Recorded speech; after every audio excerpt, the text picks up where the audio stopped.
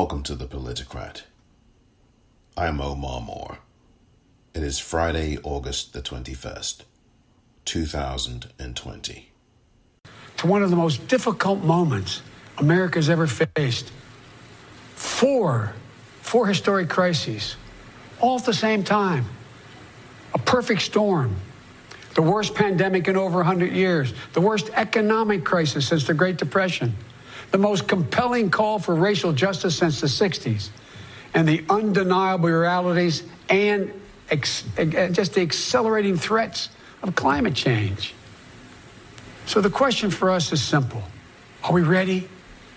I believe we are. We must be. You know, all elections are important. But we know in our bones this one is more consequential. As many have said, America's at an inflection point. A time of real peril, but also of extraordinary possibilities. We can choose a path of becoming angrier, less hopeful, more divided, a path of shadow and suspicion, or we can choose a different path and together take this chance to heal, to reform, to unite, a path of hope and light. This is a life-changing election. This will determine what America is going to look like for a long, long time.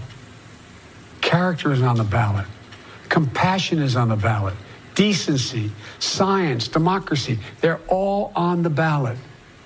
Night number 4 in the books as the Democratic National Convention for 2020 came to a close, culminating in the acceptance speech for Democratic nominee for President of the United States, Joe Biden, giving an important speech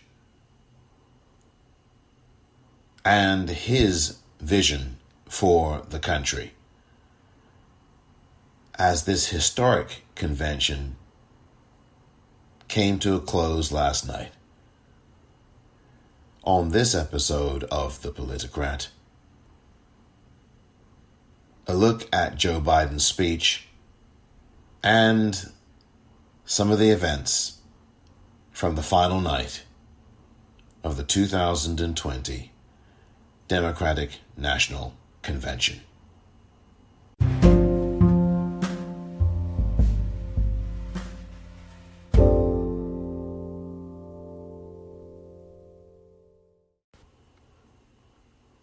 Welcome back. Last night was the final night of the 2020 Democratic National Convention. And it culminated in the speech of speeches by Joe Biden, accepting the Democratic nomination for President of the United States of America. In a speech that lasted roughly 25 minutes, Joe Biden spoke passionately, and you'll hear the full speech a little bit later on, about the country, about the people in it, and about what he would do as president. I will talk about the speech, of course, in more detail after you get to hear the speech in its entirety. But this night number 4 was a good night, not quite as good as the first 3 nights, but really it didn't have to be, and I'm sure that the planners of the Democratic National Committee's convention realized that the night was going to belong to Joe Biden, and it certainly did. And they certainly would not want to put people on who would overshadow him in any way, shape, or form. All of the heavy hitters of this convention were essentially on last night's program, or I should say the night before last, as you had Senator Elizabeth Warren, former Secretary of State Hillary Clinton, Speaker of the House Nancy Pelosi, former Congresswoman Gabrielle Giffords, President Barack Obama, and of course the vice presidential nominee and Senator Kamala Harris, among others, on what was arguably the biggest night of the 4 nights, or at least the most star-studded night. It is not to say that last night wasn't any good. It was good. There were speeches from Native American politicians, or specifically one, Deb Haaland. And there was also speeches from Andrew Yang and Pete Buttigieg, Cory Booker, and several other people.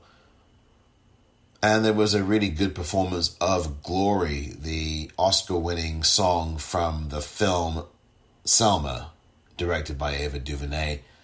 John Legend and Common performed a stirring rendition of their song, and that was a moment that I thought was very good. There were also other moments during last night's festivities, if you will, including a young stutterer who Joe Biden had met on the campaign trail. Someone who still has a stutter, just like Joe Biden still does, although his is not as pronounced as it used to be. That the young stutterer himself was given a platform to speak for a few minutes. And it was the kind of event that showed the kinds of themes that the Democratic Party weaved throughout the week. Compassion, empathy, togetherness, unity, strength, diversity, and striving toward achieving justice in a more perfect union. Last night's theme was America's promise. And I think that for the most part, last night's events executed some of that very well indeed. Julia Louis-Dreyfus, the actor and comedian, was a most funny, as you would expect, MC for the night, completing and rounding out the quartet of women who had had the MC duties for these 4 nights. Julia Louis-Dreyfus made plenty of bobs at Donald Trump's expense. And one of the most blistering attacks on Donald Trump didn't even come from Joe Biden. And it's not that I'm giving anything away, but Senator Tammy Duckworth, who had been repeatedly attacked by, I believe, either Donald Trump or his son Don Jr., offered a blistering critique of Donald Trump, such as saying words to the effect of, Donald Trump should not be commander-in-chief for 4 more minutes, let alone 4 more years. She added that Donald Trump was a coward-in-chief. And it's not as if Senator Duckworth, who lost one of her legs in combat, I believe it was in Iraq, it's not as if, could have been Afghanistan, but it's not as if what Senator Duckworth said about Donald Trump wasn't true. It certainly is true. One perhaps might have questioned the kind of invective, but as I say, I think it's completely justified and understood that it was said.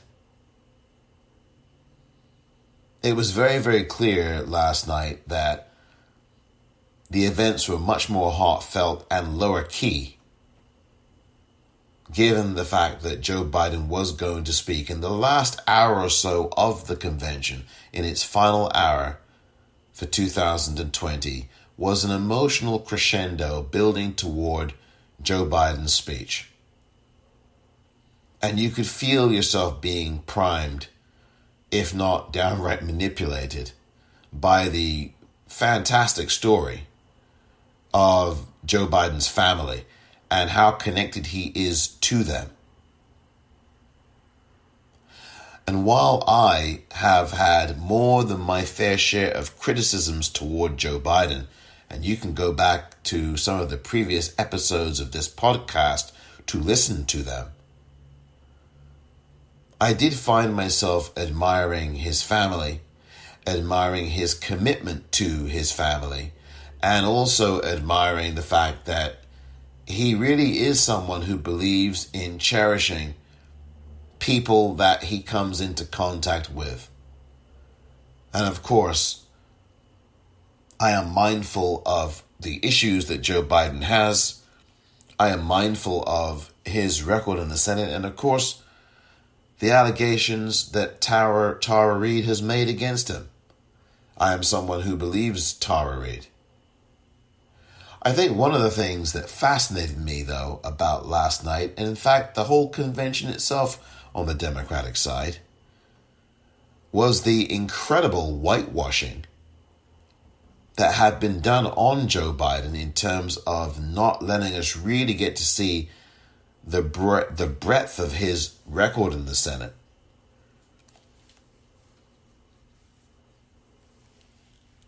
Naturally, a convention is not going to show you the warts of its presidential candidate. That is certainly going to be left next week to the Republicans. But what I was fascinated by was that there was no mention at all of Joe Biden being someone who made mistakes. There was no mention of that. And I think that if the Democrats wanted to put an authentic face forward, I mean, in a great many respects, they succeeded, but in other respects, they did not. And I think that they should perhaps have at least acknowledged that Joe Biden made certainly his share of mistakes in the Senate. And you can read a book about this called Yesterday's Man by Branko Lukatic. And it goes into the gory details of Joe Biden's record and Joe Biden's legislative record in the Senate. And Joe Biden being a really heretofore unknown quality among the general public in terms of his Senate record. The only two people that have really got close to that and mentioned it over the course of this last 12 months have been Senator Bernie Sanders and Senator Kamala Harris, who is now Joe Biden's running mate. And Bernie Sanders was one of the last two people who spoke in a video before Joe Biden gave his speech last night. But that is a fascinating thing, how a convention video and the kinds of video tributes can completely shape someone that some of us know to have quite an ignominious record in the Senate in many respects, and rehabilitate and rejuvenate him the way Joe Biden was rejuvenated in South Carolina just a few months ago. Fascinating. I am fascinated. I remain fascinated by that. Don't get me wrong, as I have said all along on this podcast, I am voting for Joe Biden. No question about it. I'm not ever dreaming of doing anything but voting for Joe Biden. All I'm saying here is that it is quite remarkable to whitewash a candidate in this way. Now, again, I do not question Joe Biden's sense of faith. I do not question his commitment to his family. I do not question his closeness to his family. I don't question any of that. But what I think you saw in this convention, and you saw it last night as well, is a very cursory look at his Senate record. Yes, they talked about Violence Against Women Act, that it was passed and he co-authored it. He authored it. And then there was a couple of other things that were good about his Senate record. But then there's a lot of things that are not good. The segregation stuff, the busing stuff, the stand against busing, and the stuff siding with Eastland, the segregationist Eastland. I mean, so, that stuff obviously never got mentioned. Tara Reade obviously was never going to be an issue coming up for Joe Biden during a convention. That's just never going to happen.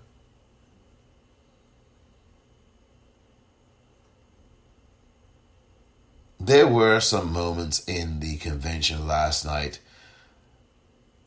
that I found to be stirring. I think I've talked about some of them. And I do think that there was a round table that did not go as smoothly as I thought it would go, where they did a kind of a Zoom meeting or such of the many of the candidates who ran against Joe Biden, and for that matter, Kamala Harris. And I think there was 7 or 8 of them. I think Andrew Yang, Beto O'Rourke, who didn't really get to the primary stage. He didn't even get there, nor did 1 or 2 others that they had there. Eric Swalwell was not one of the people invited, but Pete Buttigieg was there, Bernie Sanders was there, Senator Warren was there, Amy Klobuchar was there. So there were a few of the people who actually went through the primary system, except for Beto O'Rourke, who was also there, who did not go through the primaries, didn't get that far. They were all sitting and talking about Joe Biden and talking about their experience running against him. And I thought that was, I don't know that they really needed to have that. I don't think it really added a great deal of anything.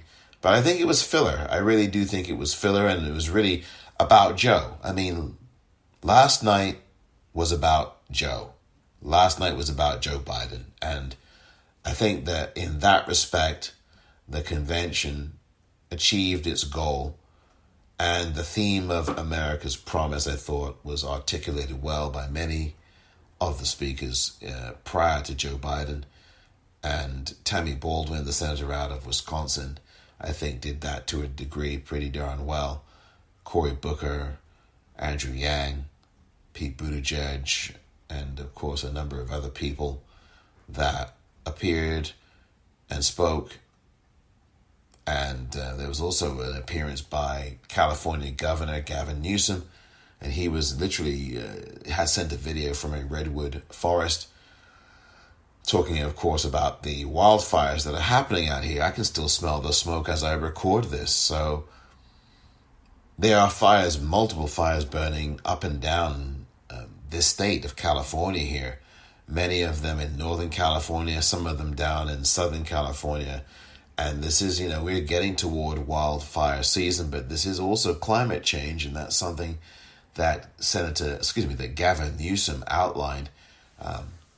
He talked about the 11,000 dry lightning strikes, dry lightning. But what he didn't mention were the over 11,000 human beings who died in his state from coronavirus on his watch.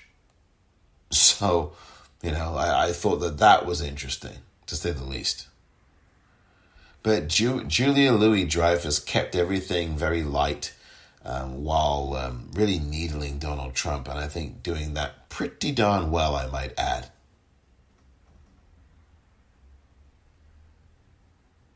So what is really the situation now is that I can say that the Democratic convention, I think, went over very well indeed. And of course, as I've said in numerous episodes, there have been 1 or 2 hiccups and a couple of things that did not work here and there, like I've already outlined about last night. But all in all, it was unmistakable about what it was and who it was.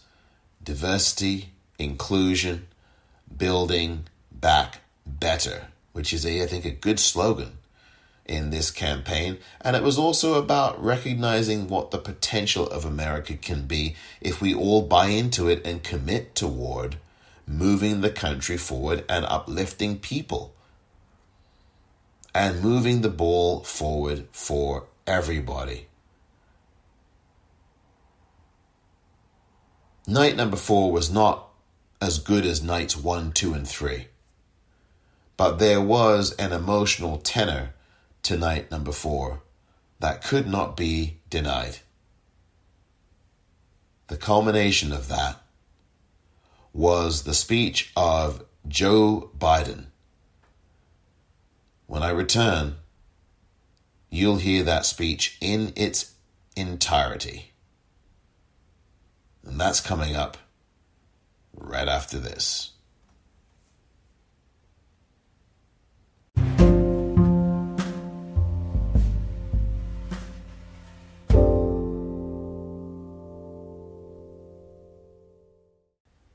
welcome back.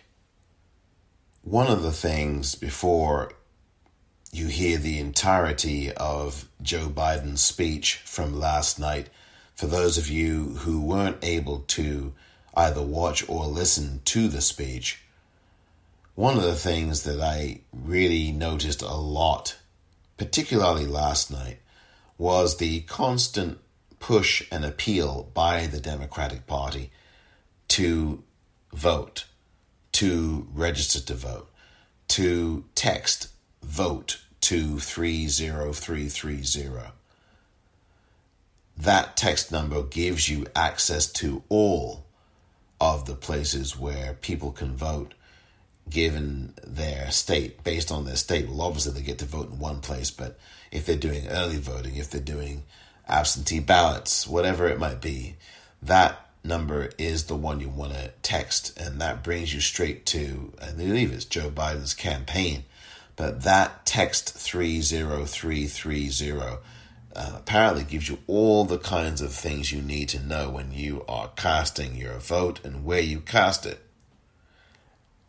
And I am in the middle of compiling a list of every single state. You've listened, if you're a regular listener to this podcast, to me going through the 50 states, and some point over the weekend, I hope, I will do the U.S. territories. But I want to make sure I compile this entire list of states in electronic form where you can actually click on a link and access this information. That should be coming in the next, 24 hours or so, I suppose. But I couldn't help but notice the number of times that any given guest, politician, or anyone else on night number 4 last night mentioned that text number 30330 as this push to get people to vote went into full swing. But I think it needs to go even further than that. We've all got to do our work, but the Democratic Party does as well. And I'm going to play some audio later that goes to some of that. But right now, for those of you who did not get to listen to Joe Biden's speech or did not watch it, here now, uninterrupted, is Joe Biden accepting the Democratic Party nomination for President of the United States of America. Good evening. Ella Baker, a giant of the civil rights movement, left us with this wisdom: give people light, and they will find the way. Give people light. Those are words for our time. The current president has cloaked American darkness for much too long. Too much anger, too much fear, too much division. Here and now, I give you my word. If you entrust me with the presidency, I will draw on the best of us, not the worst. I'll be an ally of the light, not the darkness. It's time for us, for we the people, to come together. And make no mistake, united we can and will overcome this season of darkness in America. We'll choose hope over fear, facts over fiction, fairness over privilege. I'm a proud Democrat, and I'll be proud to carry the banner of our party into the general election. So it's with great honor and humility I accept this nomination for President of the United States of America. But while I'll be a Democratic candidate, I will be an American president. I'll work hard for those who didn't support me, as hard for them as I did for those who did vote for me. That's the job of a president, to represent all of us, not just our base or our party. This is not a partisan moment. This must be an American moment. It's a moment that calls for hope and light and love, hope for our future, light to see our way forward, and love for one another. America isn't just a collection of clashing interests of red states or blue states. We're so much bigger than that. We're so much better than that. You know, nearly a century ago, Franklin Roosevelt pledged a New Deal in a time of massive unemployment, uncertainty, and fear. Stricken by a disease, stricken by a virus, FDR insisted that he would recover and prevail, and he believed America could as well. And he did, and we can as well. This campaign isn't just about winning votes. It's about winning the heart and, yes, the soul of America.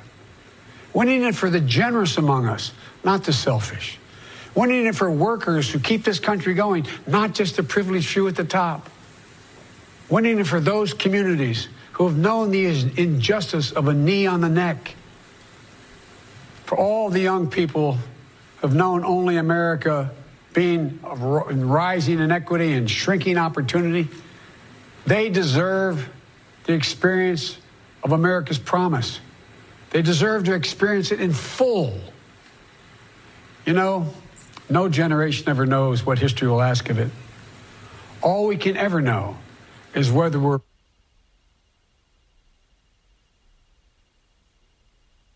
to one of the most difficult moments America's ever faced. Four historic crises, all at the same time. A perfect storm. The worst pandemic in over 100 years. The worst economic crisis since the Great Depression. The most compelling call for racial justice since the 60s. And the undeniable realities and just the accelerating threats of climate change. So the question for us is simple. Are we ready? I believe we are. We must be. You know, all elections are important. But we know in our bones this one is more consequential. As many have said, America is at an inflection point. A time of real peril, but also of extraordinary possibilities. We can choose a path of becoming angrier, less hopeful, more divided, a path of shadow and suspicion, or we can choose a different path and together take this chance to heal, to reform, to unite, a path of hope and light. This is a life-changing election. This will determine what America is going to look like for a long, long time. Character is on the ballot. Compassion is on the ballot. Decency, science, democracy, they're all on the ballot. Who we are as a nation, what we stand for, and most importantly, who we want to be, that's all on the ballot. And the choice could not be more clear. No rhetoric is needed. Just judge this president on the facts. 5 million Americans infected by COVID-19. More than 170,000 Americans have died. By far the worst performance of any nation on earth. More than 50 million people have filed for unemployment this year. More than 10 million people are going to lose their health insurance this year. Nearly 1 in 6 small businesses have closed this year. And this president, if he's reelected, you know what will happen. Cases and deaths will remain far too high. More mom and pop businesses will close their doors, and this time for good. Working families will struggle to get by. And yet the wealthiest 1% will get tens of billions of dollars in new tax breaks. And the assault on the Affordable Care Act will continue until it's destroyed, taking insurance away from more than 20 million people, including more than 15 million people on Medicaid, and getting rid of the protections that 100 million more people who have pre-existing conditions. And speaking of President Obama, a man I was honored to serve alongside for 8 years as vice president, let me take this moment to say something we don't say nearly enough. Thank you, Mr. President. You were a great president, a president our children could and did look up to. No one's going to say that about the current occupant of the White House. What we know about this president is if he's given 4 more years, he'll be what he's been for the last 4 years. A president who takes no responsibility, refuses to lead, blames others, cozies up to dictators, and fans the flames of hate and division. He'll wake up every day believing the job is all about him, never about you. Is that the American you want for you, your family, your children? I see a different America, one that's generous and strong, selfless and humble. It's an America we can rebuild together. As president, the first step I will take will be to get control of the virus that has ruined so many lives. Because I understand something this president hasn't from the beginning. We will never get our economy back on track. We will never get our kids safely back in schools. We'll never have our lives back until we deal with this virus. The tragedy of where we are today is it didn't have to be this bad. Just look around. It's not this bad in Canada or Europe or Japan or almost anywhere else in the world. And the president keeps telling us the virus is going to disappear. He keeps waiting for a miracle. Well, I have news for him. No miracle is coming. We lead the world in confirmed cases. We lead the world in deaths. Our economy is in tatters with Black, Latino, Asian American, Native American communities bearing the brunt of it. And after all this time, the president still does not have a plan. Well, I do. If I'm your president, on day one, we'll implement the national strategy I've been laying out since March. We'll develop and deploy rapid tests with results available immediately. We'll make the medical supplies and protective equipment that our country needs. And we'll make them here in America, so we will never again be at the mercy of China or other foreign countries in order to protect our own people. We'll make sure our schools have the resources they need to be open, safe, and effective. We'll put politics aside. We'll take the muzzle off our experts so the public gets the information they need and deserve. Honest, unvarnished truth.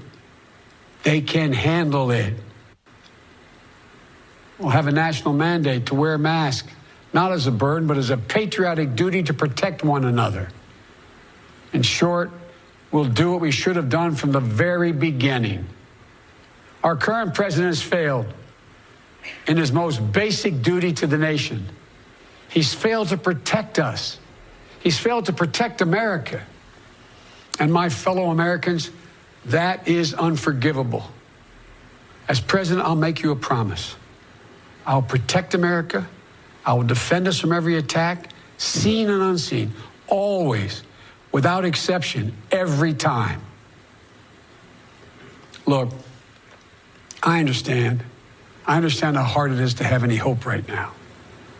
On this summer night, let me take a moment to speak to those of you who have lost the most. I have some idea how it feels to lose someone you love. I know that deep black hole that opens up in the middle of your chest and you feel like you're being sucked into it. I know how mean and cruel and unfair life can be sometimes. But I've learned two things.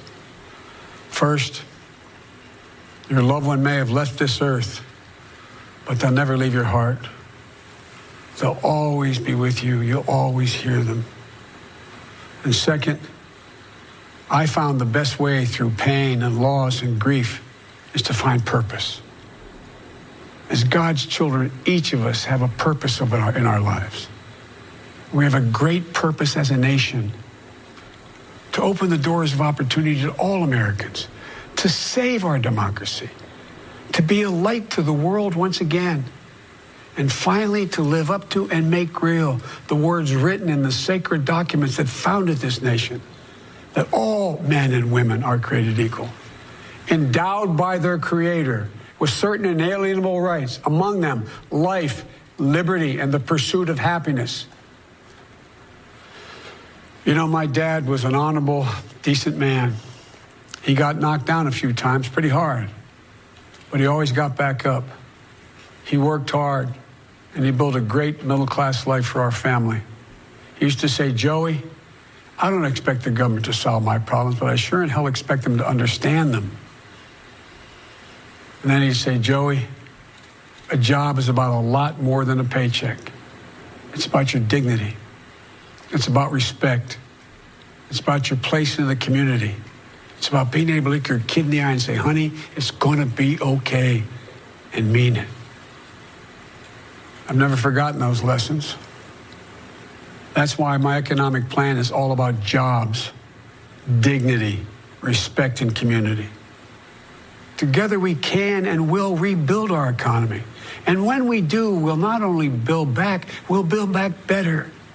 With modern roads, bridges, highways, broadband, ports and airports as a new foundation for economic growth, with pipes to transport clean water to every community, with 5 million new manufacturing and technology jobs, so the future is made in America. With a healthcare system that lowers premiums, deductibles, drug prices, by building on the Affordable Care Act he's trying to rip away. With an education system that trains our people for the best jobs of the 21st century. There's not a single thing American workers can't do. And where cost doesn't prevent young people from going to college, and student debt doesn't crush them when they get out. With a child care and elder care system that makes it possible for parents to go to work and for the elderly to stay in their homes with dignity.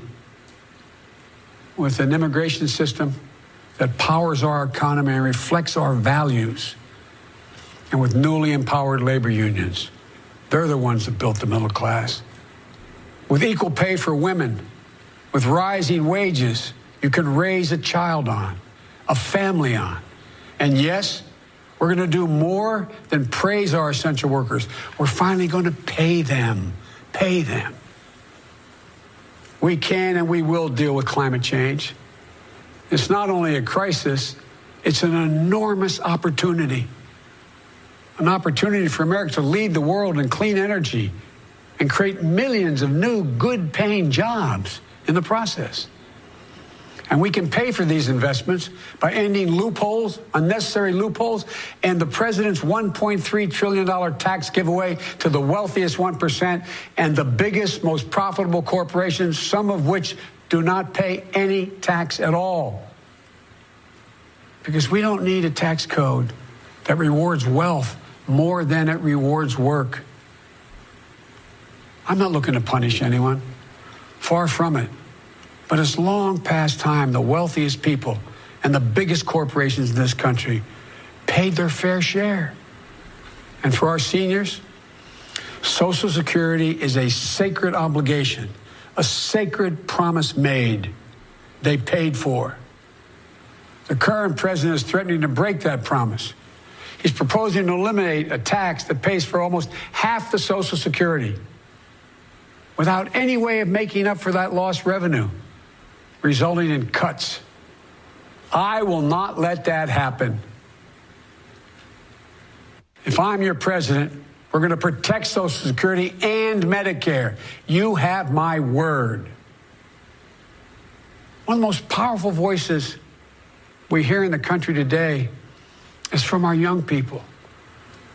They're speaking to the inequity and injustice that has grown up in America. Economic injustice, racial injustice, environmental injustice. I hear their voices. If you listen, you can hear them too. And whether it's the existential threat posed by climate change, the daily fear of being gunned down in school, or the inability to get started in your first job, it will be the work of the next president to restore the promise of America to everyone.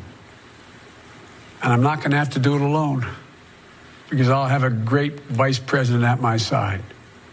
Senator Kamala Harris. She's a powerful voice for this nation. Her story is the American story. She knows about all the obstacles thrown in the way of so many in our country. Women, black Americans, South Asian Americans, immigrants, the left out and the left behind. But she's overcome every obstacle she's ever faced. No one's been tougher on the big banks and on the gun lobby. No one's been tougher in calling out the current administration for its extremism, its failure to follow the law, its failure to simply tell the truth. Kamala and I both draw from our families. That's where we get our strength. For Kamala, it's Doug and their families. For me, it's Jill and ours. I've said many times, no man deserves one great love in his life, let alone two. But I've known two. After losing my first wife in that car accident, Jill came into my life. She put our family back together. She's an educator, a mom, a military mom, and an unstoppable force. If she puts her mind to it, just get out of the way. She's going to get it done. She was a great second lady, and I know she'll make a great first lady for this nation. She loves this country so much. And I'll always have the strength that can only come from family. Hunter, Ashley, all our grandchildren, my brothers, my sister, they give me courage. They lift me up. While he's no longer with us, Bo inspires me every day. Bo served our nation in uniform. A year in Iraq, a decorated Iraqi war veteran. So I take very personally and the profound responsibility of serving as commander-in-chief. I'll be a president who will stand with our allies and friends and make it clear to our adversaries the days of cozying up to dictators is over. Under President Biden, America will not turn a blind eye to Russian bounties on the heads of American soldiers. Nor will I put up with foreign interference in our most sacred democratic exercise, voting. And I'll always stand for our values of human rights and dignity. I'll work in common purpose for a more secure, peaceful, and prosperous world. History has thrust one more urgent task on us. Will we be the generation that finally wipes out the stain of racism from our national character? I believe we're up to it. I believe we're ready. Just a week ago yesterday was the third anniversary of the events in Charlottesville. Close your eyes. Remember what you saw on television. Remember seeing those neo-Nazis and Klansmen and white supremacists coming out of fields with lighted torches, veins bulging, spewing the same anti-Semitic bile heard across Europe in the 30s. Remember the violent clash that ensued between those spreading hate and those with the courage to stand against it. And remember what the president said when asked? He said there were, quote, very fine people on both sides. It was a wake-up call for us as a country, and for me, a call to action. At that moment, I knew I'd have to run, because my father taught us that silence was complicity, and I could never remain silent or complicit. At the time, I said we were in the battle for the soul of this nation. And we are. You know, one of the most important conversations I've had this entire campaign, it was with someone who was much too young to vote. I met with 6-year-old Gianna Floyd the day before her daddy, George Floyd, was laid to rest. She's an incredibly brave little girl. And I'll never forget it. When I leaned down to speak to her, she looked in my eyes and she said, and I quote, "Daddy changed the world. Daddy changed the world." Her words burrowed deep into my heart. Maybe George Floyd's murder was a breaking point. Maybe John Lewis's passing the inspiration. But however it's come to be, however it's happened, America's ready, in John's words, to lay down, quote, the heavy burden of hate at last, and to end the hard work of rooting out our systemic racism. You know, American history tells us that it's been in our darkest moments that we've made our greatest progress, that we found the light. In this dark moment, I believe we're poised to make great progress again, that we can find the light once more. You know, many people have heard me say this, but I've always believed you can define America in one word: possibilities. The defining feature of America: everything is possible. That in America, everyone, and I mean everyone, should be given an opportunity to go as far as their dreams and God-given ability will take them. We can never lose that. In times as challenging as these, I believe there's only one way forward. As a united America, united in our pursuit of a more perfect union, united in our dreams of a better future for us and for our children, united in our determination to make the coming years bright. Are you ready? I believe we are. This is a great nation. We're a good and decent people. For Lord's sake, this is the United States of America. And there's never been anything we've been able to accomplish when we've done it together. The Irish poet Seamus Heaney once wrote, "History says, don't hope on this side of the grave, but then, once in a lifetime, the longed-for tidal wave of justice can rise up and hope and history rhyme. This is our moment to make hope and history rhyme. With passion and purpose, let us begin, you and I together, one nation, under God, united in our love for America, united in our love for each other. For love is more powerful than hate. Hope is more powerful than fear. And light is more powerful than dark. This is our moment. This is our mission. May history be able to say that the end of this chapter of American darkness began here tonight, as love and hope and light join in the battle for the soul of the nation. And this is a battle we will win, and we'll do it together. I promise you. Thank you, and may God bless you, and may God protect our troops. Good night.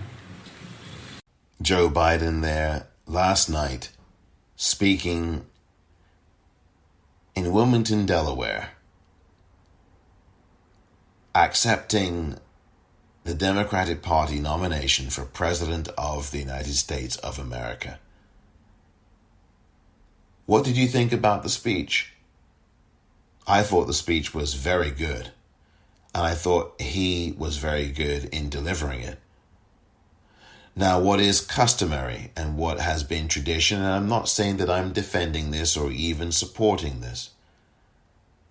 I am simply saying that what is customary at a convention is for the politician accepting the nomination for President of the United States not to go too much into detail on plans that are being put forth, so that there is no risk of being boxed in or being forced to defend something that you were caught on camera saying in your convention speech. Generally speaking, almost nobody goes too specific in their convention speech about policy. George H.W. Bush learned the hard way. Some of you may be old enough to famously remember the time when George H.W. Bush, in 1988, pledged the following: read my lips. No new taxes. Yep, he said those words. No new taxes. And sure enough, when George H.W. Bush won the election in 1988, what did he do when he became president? He raised taxes. That clip you just heard was from the convention floor in 1988. And since that time, many a politician accepting a nomination for President of these United States knows well not to go into any specifics of any real consequence or of any kind.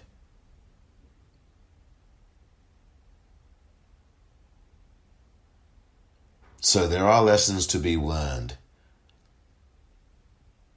Joe Biden in that speech avoided going into too many specifics. And where he did go into a few things, maybe he talked about elder care, talked about Medicare, talked about Social Security and wanting to protect it and making sure that seniors are properly protected. He talked about veterans. He talked about George Floyd. Did not go into anything about policing. I'm sure he's going to be looking for police union endorsements. I mean, there's a lot of politics being played even in the speech itself, but I think overall, I think the speech was very well done. So I agree with the idea and the notion that there should be a little bit more meat on the bones, but I do also think that no politician is going to show his or her hand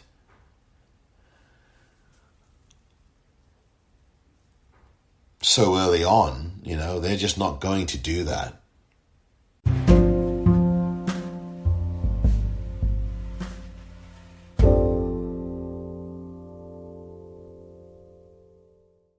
I think that the Democratic Party had, as I've said, a great 4 days this week. It was a terrific week for the Democratic Party. I think that their convention was excellent, one of the best conventions in a number of years.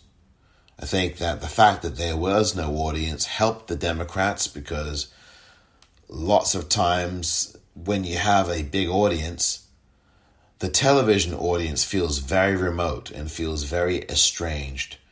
And what the television audience often relies upon with a packed house of people at a convention in an arena is the energy of the crowd and sensing the energy emanating from the crowd, and whether or not that helps bring the energy home to our television sets and into our living rooms.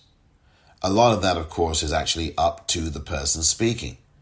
And if they don't generate that kind of buzz on the floor and there's no real applause or anything like that, it is not going to resonate one jot in the living rooms of millions of people.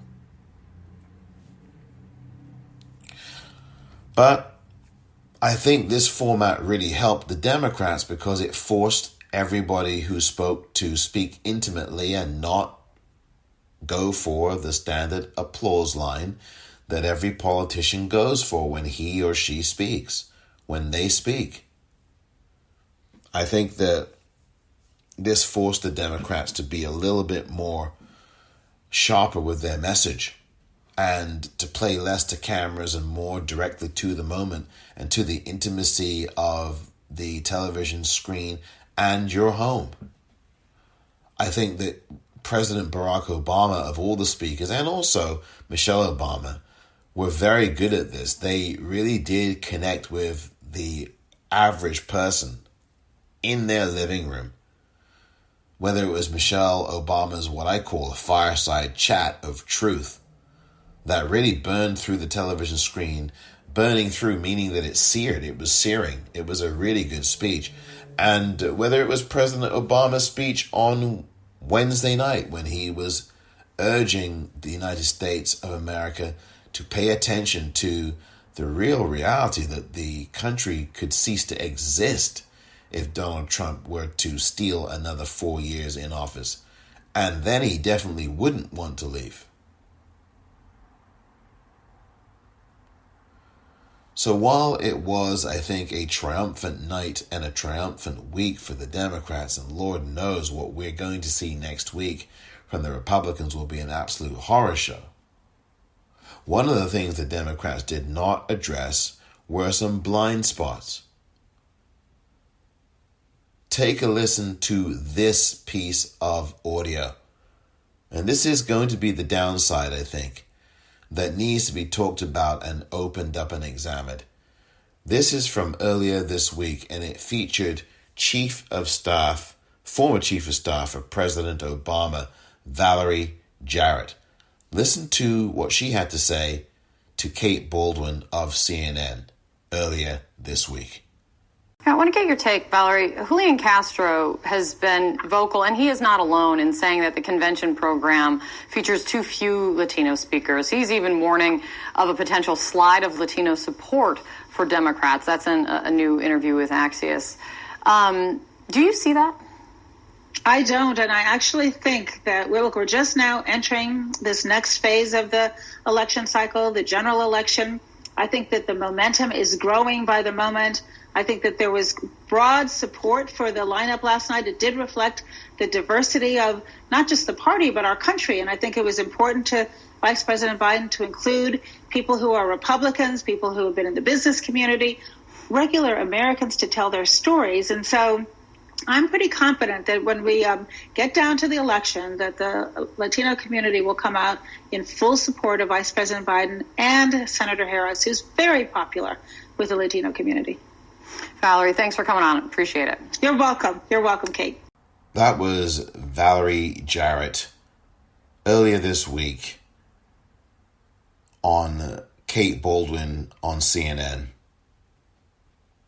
Valerie Jarrett is President Obama's former chief of staff. Now, look, this is where the problem is for the Democrats. I found what Valerie Jarrett had to say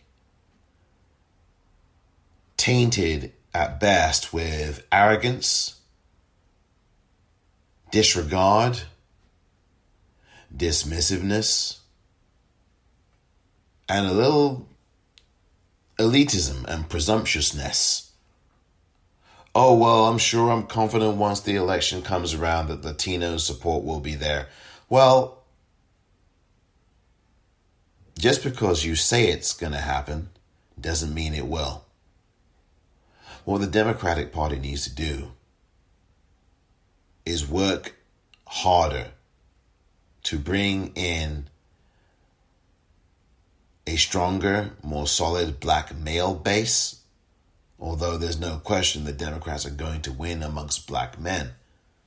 But remember, 13% of black men voted for Donald Trump 4 years ago. I've got news for you, a news flash. I was not one of those men.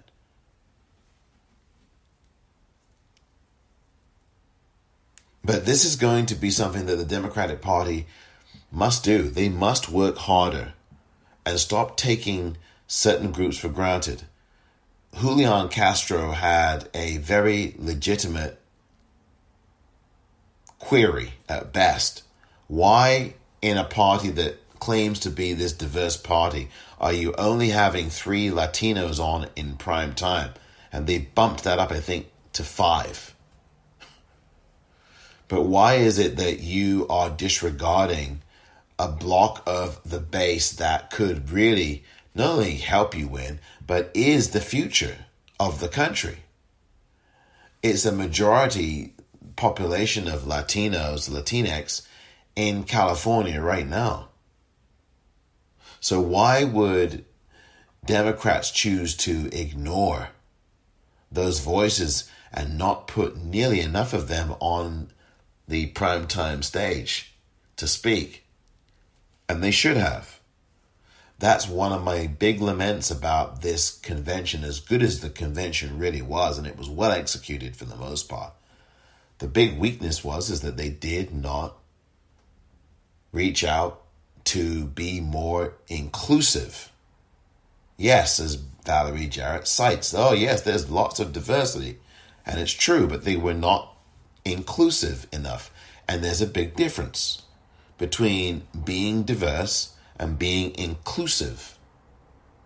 Diversity does not imply at all that you have reached out to everybody, or that what you portray on your stage for 4 days is reflective of the broadest experience. You can have diversity without actually having inclusion, if you really think about that. And so Valerie Jarrett earlier this week, I was not happy with, because that casual dismissal of the Latinx community, well, I'm sure the Latino community will come around by the time that the election comes. It's this presumptuousness, and it smacks of an elitist behavior. and a casual disregard for a group who could bring something to the table and more than just something. These are also youth voters. They're young. These people who would be targeted are under the age of 40. I mean, they're young. And I think it would be a really, really inexplicable and inadvisable thing for the Democrats to do, is to take this base of voters for granted. What they could do is do well to learn from Doug Jones. Doug Jones is the senator of Alabama, the Democrat who had won Alabama for the Democrats for the first time in over 30 years. And his campaign was really just about exclusively geared to black women. When he ran in 2017, he spent so much time with black women. He spent so much time in the black community. And it proved to be the difference maker, because with his policies and with his recommendations and everything else, he reached out to the black community, particularly to black women, and he was rewarded with a term in the U.S. Senate. Now, he will be running for a full 6-year term this November, and obviously Doug Jones is going to be in for the fight of his life because he's dealing with an Auburn football coach. And boy, do Alabamians love their football. Alabamians love their football. You can't take that from them. And Tommy Tuberville, that could be a source of a big issue for Doug Jones. He's in for the fight of his life, as he was last time, by the way, when he ran against a pedophile. So Doug Jones has got his work cut out for him, but Doug Jones ran a masterful campaign in 2017 in the Deep South and won that state for the first time that any senator had done, as I said, in over 30 years. The Democratic Party needs to take a cue from Doug Jones. Not just with advertising, not just with, as I would put it, black faces in high places, but really in cultivating a from the ground up diversity and inclusiveness.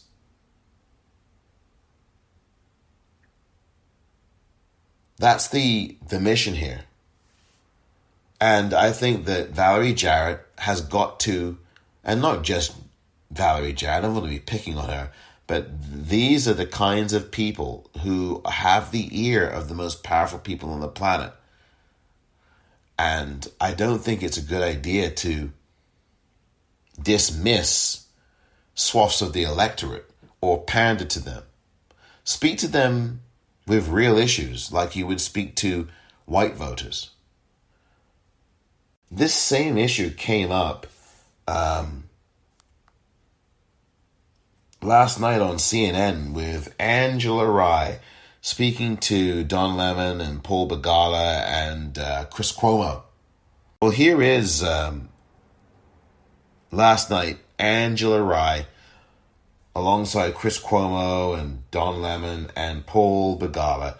This is, I think, something that I found very interesting. And there's two clips. One is this particular clip. Listen to this about inclusion in the Democratic National Committee convention. Stage. I would say that Julian Castro was missing from the convention stage and the panel of former Democratic primary candidates. So when you think about where there were misses, I hate to be that person, but I can't sit here and pretend like there weren't things where we could have sharpened. I think that the role of the party isn't to celebrate blind spots too. It is to say, hey, there are some places where we really should double down and strengthen before November. Like, we got some things that we got to get right. I don't really recall there being a strong faith leaders moment either. I saw a big union moment today. Of course, there was a domestic violence moment yesterday, but I just feel like there were a few blind spots that really need to be tightened up. I'm going to have the top five finishers do one night each. Don't still. Now, I mean, that's part of what Angela Rye had to say, and I agree with her. Angela Rye is a Democratic strategist. She was the I think the head of the CBC, or one of the heads of the CBC with strategy and everything else, was one of the chairs of it. I don't remember her exact title, so I'm sorry. But Angela Rye is absolutely right. The Democratic Party has to do a whole lot better. And they have had a history of taking black people particularly for granted. And Ayanna Pressley should have been on that stage. If that stage was good enough for Massachusetts Senator Elizabeth Warren, then it was good enough for Massachusetts Congresswoman Ayanna Pressley. I mean,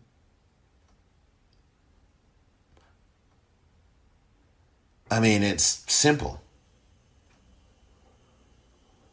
So Angela Rye was talking about that, and then came this with Paul Begala and Angela Rye going back and forth on some of the themes that Rye was saying were not included in Joe Biden's speech, and they weren't, and I alluded to this earlier, the specifics were not there for the most part. Here's what was said then, same show, with the two of them, along with Chris Cuomo as well, and Don Lemon. But I'm going to tell you the truth. I'm kidding. It doesn't matter. None of that is going to matter in 75 I days. agree. No one is going to say, what I didn't what does like that Eva mean? What does that mean? None of that. Castro What is none of that? Who hosted? They're going to say we have 170,000, God forbid, 200,000 by Election Day dead from COVID. We got 50 million people filing for unemployment. We got 10 million people losing their health insurance. We have a social justice, civil rights crisis. That's what people are going to be voting on, their lives, not which politician got 96 seconds versus 10 minutes.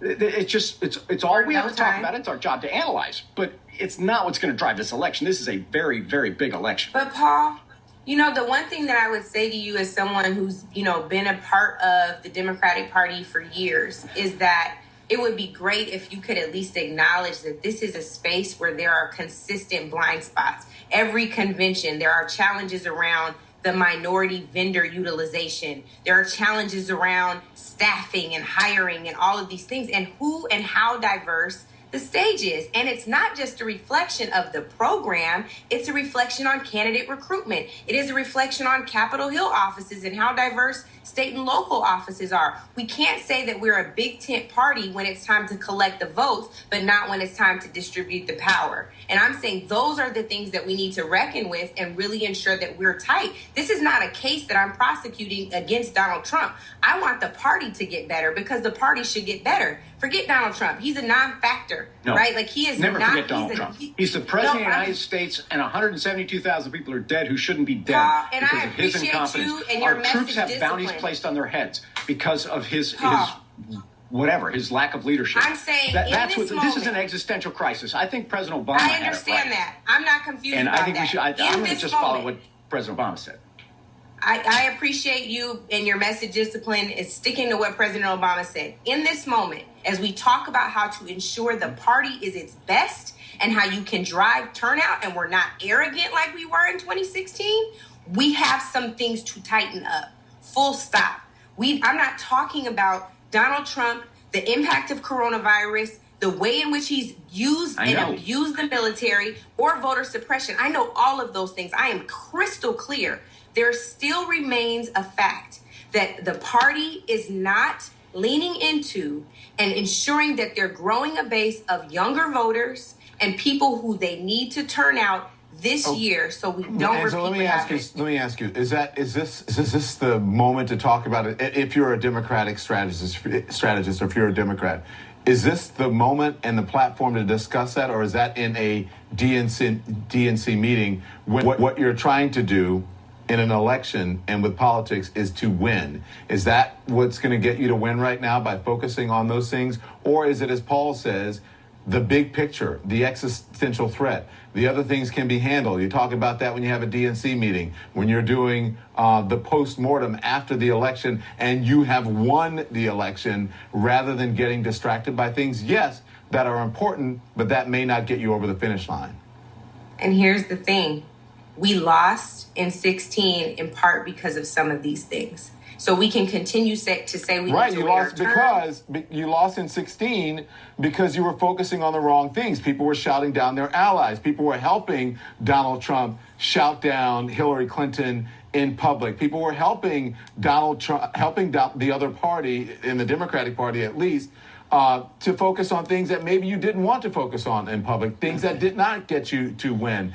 That is why I believe the Democrats lost, because there just was not the right strategy. You guys got stuck in the weed instead of looking at the big picture, which is to win an election, which is to know who your allies are, which is to whoever gets you the closest to your destination, who doesn't necessarily take you to the exact address you have on your Uber. It may take you down the block. It may take you around the corner. But all right, final it doesn't point get you there. But that's what that's why I feel the Democrats lost in 2016. I don't. I think it's because we thought that we could be anti-Trump and that was sufficient. And it's the same thing that we're doing right now. And I'm saying be anti-Trump and be clear about why he does not represent the values of this country. But Angela, yes, you're right. But people were not necessarily pro-Hillary. Everybody, and I've said this and before. We have the same problem. Like, how many times do we have to repeat this? When I was at the Republican convention, Angela Rye is absolutely right. Don Lemon and Paul Begala can talk as much as they wish.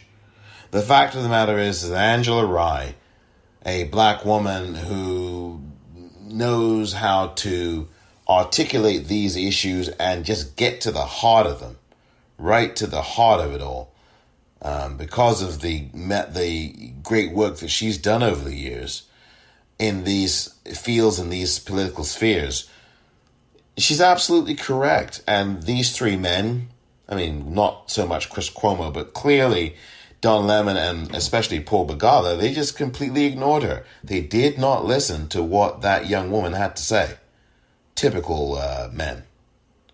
Not listening. I mean, Angela Rye is saying, and I understood exactly what she was saying. So some men do listen. But I understood what she was saying. This wasn't about focusing on Donald Trump. Yeah, of course, Donald Trump is the opponent, but you've got to make yourself stronger and give yourself the strongest opportunity to win by attending to the issues in your own house first before you go and do battle. You're not going to go to battle with a weak foundation. When you go into battle, you're going to want your side, your disciples, your army to be fitted with all the best kinds of armor. If you've got fractures and fissures and things not quite right and blind spots, you're not going to succeed in your push and in your battle against your opponent. And this is my translation, essentially, of what Angela Rye had to say. And she was saying more critically that the Democratic Party needs to close up and tighten up the blind spots it has. And this is rooted in the power base, the power struggle, and it's rooted in the lack of black faces controlling the show in the DNC. I talked about this earlier this week in an episode. Certainly talked about it in an extra bit I did for SoundCloud in response to Valerie Jarrett. And I played you the Valerie Jarrett clip earlier. And the issue with the Democrats, as I've said here, is that they are taking a lot of their base, particularly Black and Latino, Latinx, and other bases for granted. And they're not doing the work. They are, like Angela Rye pointed out, they just assumed that being anti-Trump was good enough to get them the victory. Hillary Clinton walked through there as if she was walking on air. It was a coronation for her. You had the media chirping about this for the better part of a year. Hillary Clinton's going to be the one. And I knew that she was going to get the nomination. I had her winning the darn thing a whole year plus ahead of time. How wrong I was. How wrong we all were. But the point is that Hillary Clinton's campaign did not shore up the base either in terms of making sure that more youth voted, more black people voted, more Latinx people voted. They didn't. And they lost. And that's what Angela Rye is alluding to. And you still have this problem again in 2020 when you don't have the black visibility, the brown visibility, the native visibility that Julian Castro was talking about, that Angela Rye alluded to, that others, including myself, have alluded to. And if the Democratic Party wants to be stronger and have a chance to defeat Donald Trump, they are going to have to, as Angela Rye says, close these blind spots. And Paul Begala is a reflection of that blind spot. He is a white male, and he's talking about, oh, well, no, that this is... He's not listening. None of that's gonna matter. None of that. And it's what she said. What's none of that? And it's this dismissal, this arrogance, as she pointed out, and I believe I alluded to earlier, this arrogance of people in that party. And again, it's this typically white, male, older block of party hacks who think they've got it in their crystal ball as to who's coming next and who's not. I mean, I bet they had to take a rest over the last few months with their, with their crystal ball and their, omnipotence. But that's the problem with the Democratic Party. It's completely controlled and run by white men. Still, there may be one or two white women, but it's always kept white. And as long as you have that, you're not going to have the kinds of people you need to oversee a better plan forward. Because Donald Trump, one thing about him, he and the Republicans are going after black men. He and the Republicans are going after black male voters. Why do I say that? As I said earlier, 13% of black men voted for Donald Trump in 2016. And he's going for them again. And you know how? He's using Kanye West to do it. That's what he's doing. And the fact that Trump has not denounced Kanye West yet for even running in this race when he has done the same to others, particularly Democrats, shows you very much what the Republicans are about, and shows you that Donald Trump is in league with this effort with Kanye West. He would have ripped him if he wasn't. He hasn't said a word negative about Kanye West. And Kanye West is running a campaign or whatever he's doing, whatever that is you call it. And he's going to have, I think, appear, this is weird. This is just so weird. It's not even worth going into, quite frankly. But this is the problem. This is the problem.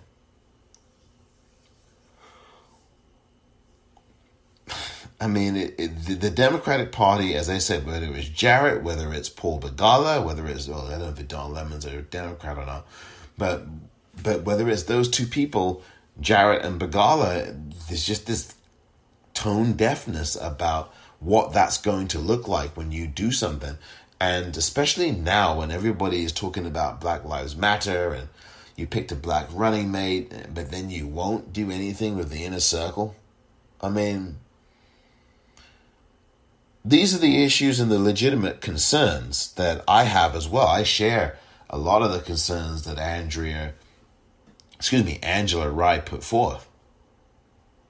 And these are things that the Democratic Party are going to have to tighten up before too long. Otherwise, it's just, you're just tempting fate. And nothing can be taken for granted.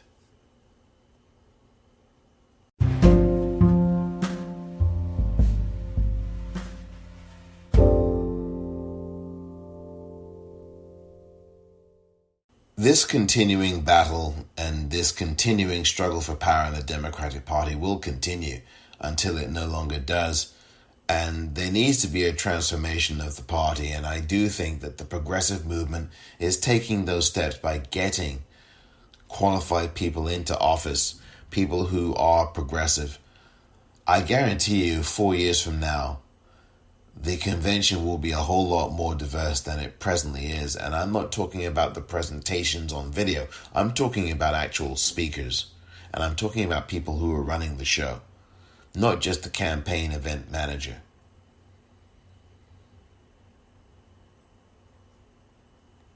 That's what I'm thinking will happen next time around.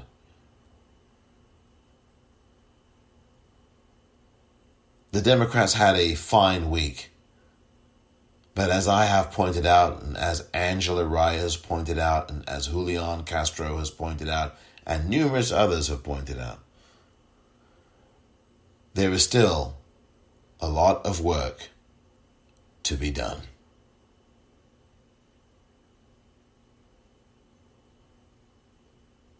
Thank you very much for listening to this edition of The Politicrat. I'm Omar Moore.